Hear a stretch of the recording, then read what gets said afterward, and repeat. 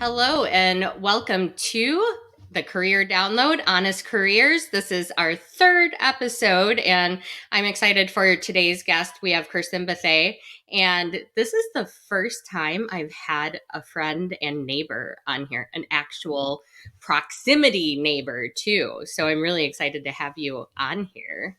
I'm excited to be here. This is a lot of fun, and I love the education around what we're doing. So I'm excited to get into this. Excellent. So let's just dive right in. I don't even want to tell anyone anything because it's going to come out in all the questions. All right. Perfect. So we covered your name, Kirsten. Now I'm going to ask a very personal question, your age. I am 40 as of last November. So, yeah, this is a big turning point year for me, I believe. Well, you are the youngest person that we have had on here so far. Oh, oh, interesting. Okay. The last two people were 51. Okay. Well, here we go. I'm not young in my realm, so it's really nice to be called young. So thank you. We're very young. And if you need someone to tell you that, I will tell you that. All Perfect. right. All right. So you just turned 40. Mhm. Where are you from originally? I'm from just south of Seattle. I actually grew up there and moved to South Carolina in 2020. So I was 35. No, I just turned 36. It was almost 4 years ago. So I turned 36 right before we moved here. And other than that, I was in Seattle the whole time. Okay. So you made quite the leap from the Pacific Northwest to the Southeast. Yes, definitely. Definitely drawn to the sun. I'm there with you. All right. So tell me a little bit about your home life so people can have a bit of understanding. What are the things that happen in your day to life, kids, marriage, that kind of thing? Yeah, so I am married. We have two boys, 10 and 7. So, in the midst of kind of that mid kid age range, which means that our lives are filled with not only work, of course, but figuring out how to transport kids to various events, how to juggle friends, how to juggle emotions, how to juggle prepubescent life, all the things. When you put it that way, that does not sound appealing. Prepubescent. It's not. All right. So you have two kids. Do you have time for any hobbies? No. I try to be very intentional about that. I did actually start a book club in the neighborhood. Feel free to join. But outside of book club, I find myself turning down more than I would like to. Actually a very social person, but I just don't have the capacity for a lot of things, which I think many women can relate to. So you do read, obviously. If you had time, what kind of hobbies did you used to indulge Yeah. yourself in? I love live music. That's actually something I'm trying to build back into my life is more live music. Excuse me. I love being outdoors, hiking, going to the beach. I love like backyard barbecues. And I hardly host anything right now, but I just love to have people over, do like evening happy hours, just hanging out really casually. And I love being active in sports and that type of stuff. All things that are great for the South. Yep.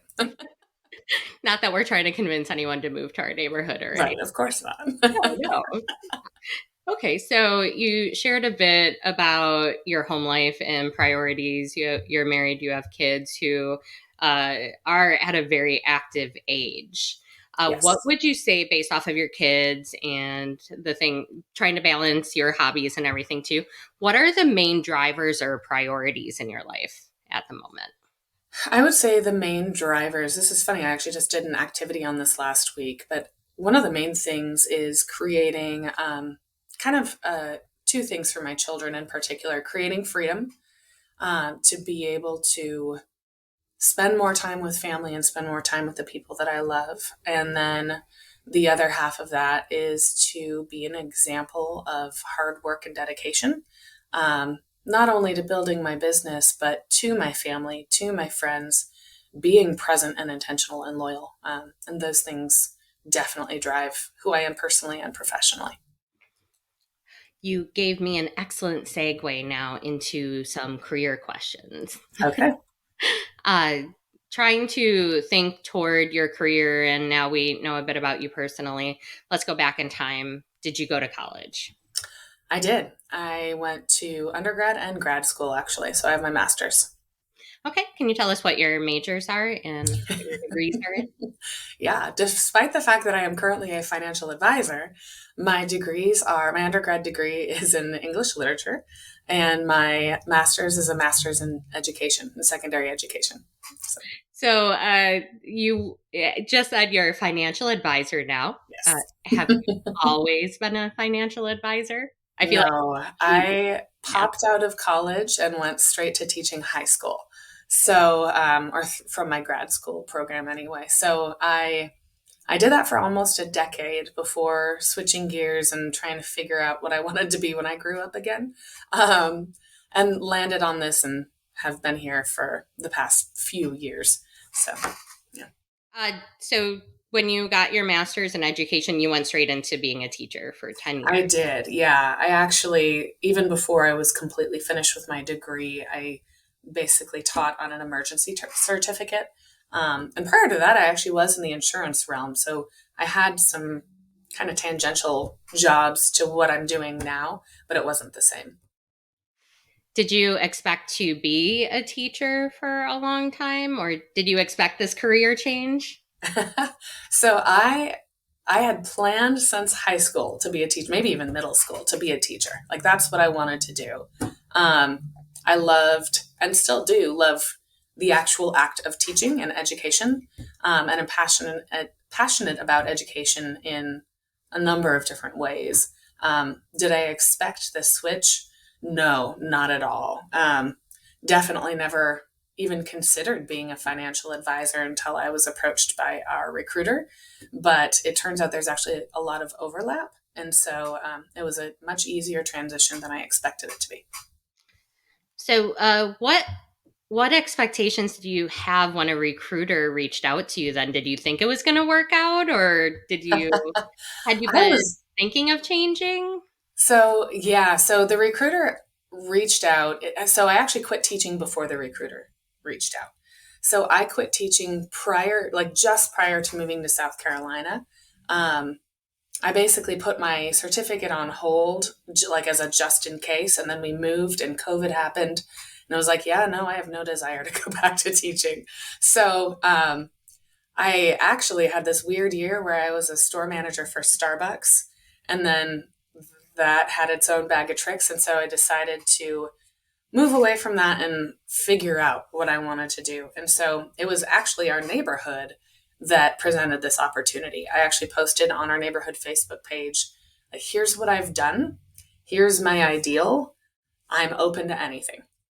And our recruiter at the time happened to live in my neighborhood. Now she lives in yours. So, yeah, so she's local. She's a good friend. And yeah, it was that conversation that started the path and kind of the open mindedness toward, oh, this actually could be something that I do. So, yeah. What made you want to leave teaching? Teaching, yeah. Um, Obviously, teaching is great in terms of having summers off, right? It's Monday through Friday, which I do actually, that's part of the reason that I wanted to do this. That was one of my requirements. But once I had children, I realized that I was giving everything to my students and coming home completely depleted. There is no end to teaching. And so until until the school year ends, and then it picks up too soon after that. And so I had tried for a long time to find ways to create balance in my life.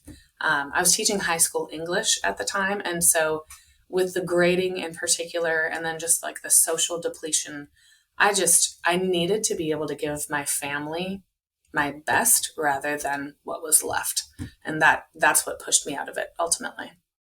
How scary was that? Oh, it was terrifying. I had I had no idea how to do the switch, right? I had no clue how to leave education because when you're a teacher, and I guess again, like I had thought about this since high school, probably middle school, I had no idea what else I could do, right? And so, um, and there's so much safety in teaching because you know what you're getting paid, you know that your paycheck's going to come in no matter what.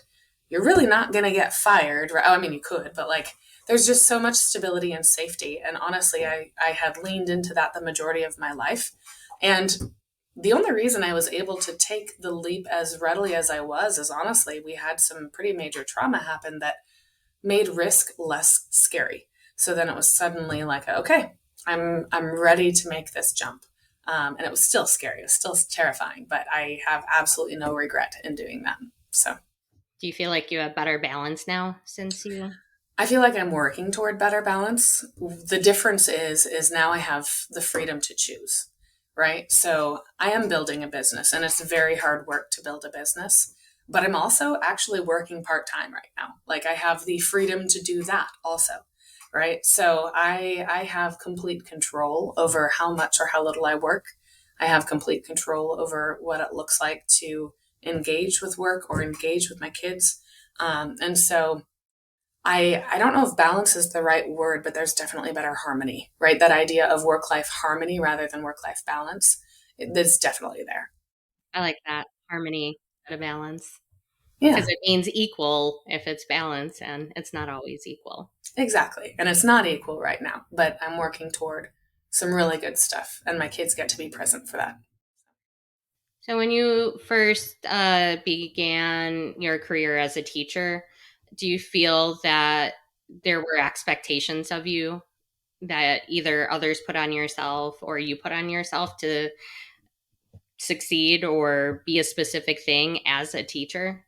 Yeah, definitely. I think there's kind of a few answers to that. I definitely had expectations of myself. I would not call myself a perfectionist, but I do struggle to ask for help, right? So I felt like the expectation of myself was that I could do it on my own, right? And in teaching, there's a really common phrase like beg, borrow, and steal, right? And I needed to do more of that and didn't in that first year in particular. So I regularly worked 12 or 13 hours a day plus weekends. Um, I did eventually work less, but not ever to the degree that was healthy.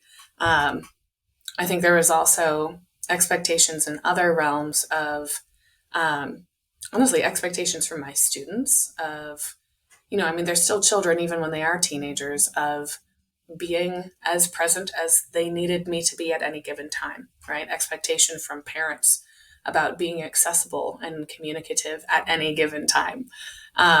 Expectations from administrators of knowing exactly what I was supposed to be doing, even when I didn't have experience, right? Even in those early years. And so I was a very good teacher, to be honest. But the pressure around me, and honestly, being young and at the time pretty, was actually hard, right? Like being a young, pretty teacher in a high school is hard. So then there's also these expectations around boundaries that you're not actually taught how to hold very well. So that's a complex question with a lot of different answers. But yeah, definitely there were expectations coming from every direction. I feel like that would be a whole episode in and of itself talking about a young teacher who probably isn't much older than some of her students at that point. Exactly. Yeah. When did your expectations really start changing then over the years? Was that when you started making that shift into you can't really do this anymore?